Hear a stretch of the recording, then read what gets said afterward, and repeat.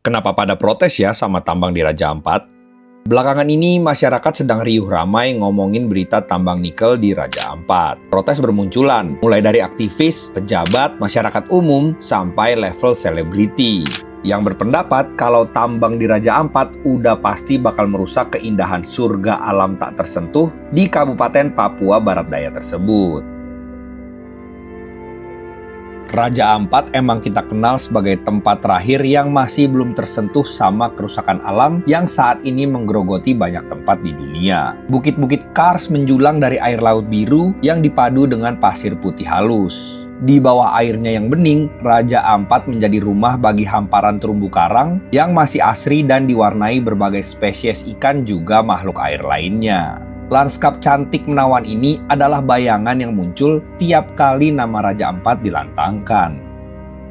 Tapi belakangan nama Raja Ampat tidak diasosiasikan dengan keindahan alamnya, tetapi dengan munculnya ancaman.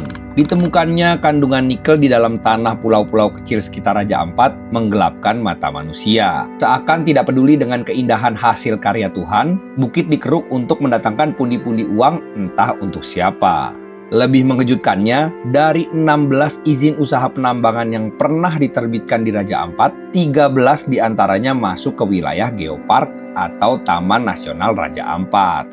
Tetapi kini sisa hanya 5 perusahaan tambang yang diketahui masih memiliki izin usaha. Bisa kita lihat dari citra satelit, bagaimana kerusakan telah terjadi di Pulau Gak, Pulau Manuran, Pulau Kawe, Pulau Manyaifun, dan Pulau Batangpele. Menurut analisis Greenpeace Indonesia, lebih dari 500 hektar hutan telah rusak akibat penambangan dan sedimentasi, yang tentunya mengancam terumbu karang serta kehidupan bawah laut.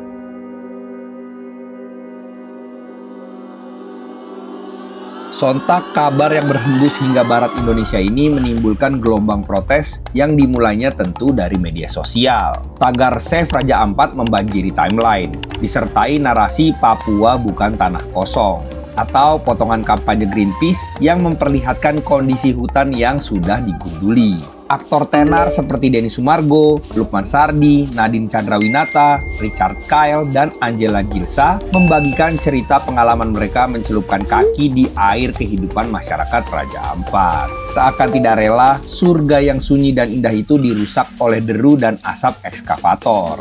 Gerakan ini seperti membuka mata masyarakat umum yang ikut bersuara meminta pemerintah untuk menghentikan kegiatan tambang di Raja Ampat.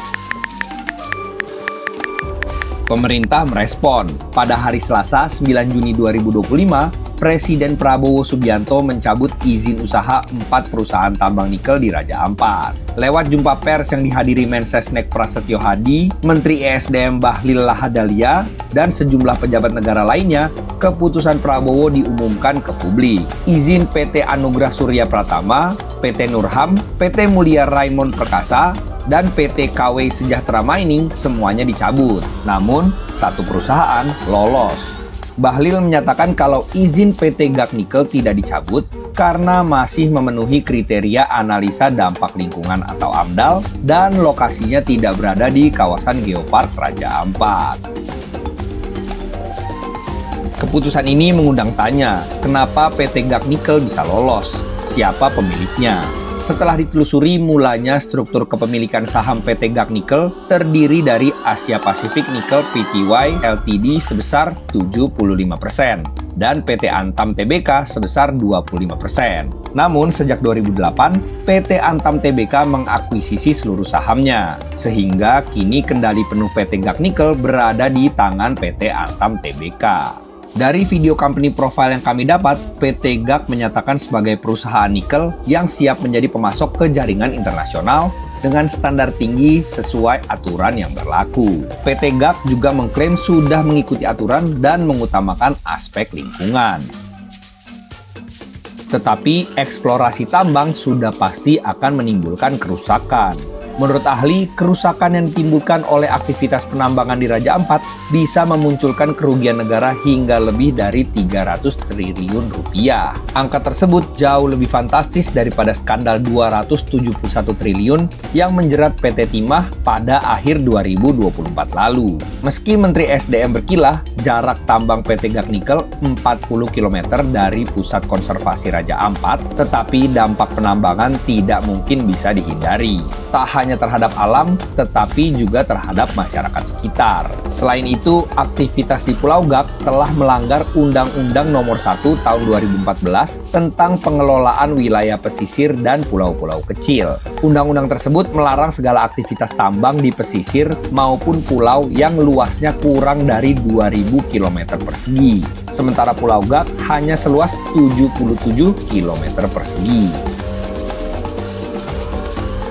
Berbagai upaya masyarakat telah dilakukan agar pemerintah mau mendengar aspirasi menjaga surga terakhir di garis khatulistiwa ini. Jangan sampai sudah terlanjur rusak sehingga warga Indonesia ikut tercoreng oleh lumpur merah hasil tambang yang melukai Raja Ampat. Pasti ada pro dan kontra. Tambang memang bisa menambah devisa negara, tetapi kita harus menjual apa demi mendapatkannya? Apakah kita harus menjual alam Indonesia demi keuntungan segelintir tangan-tangan rakus yang bahkan hanya sesekali menginjakan kakinya ke tanah Papua?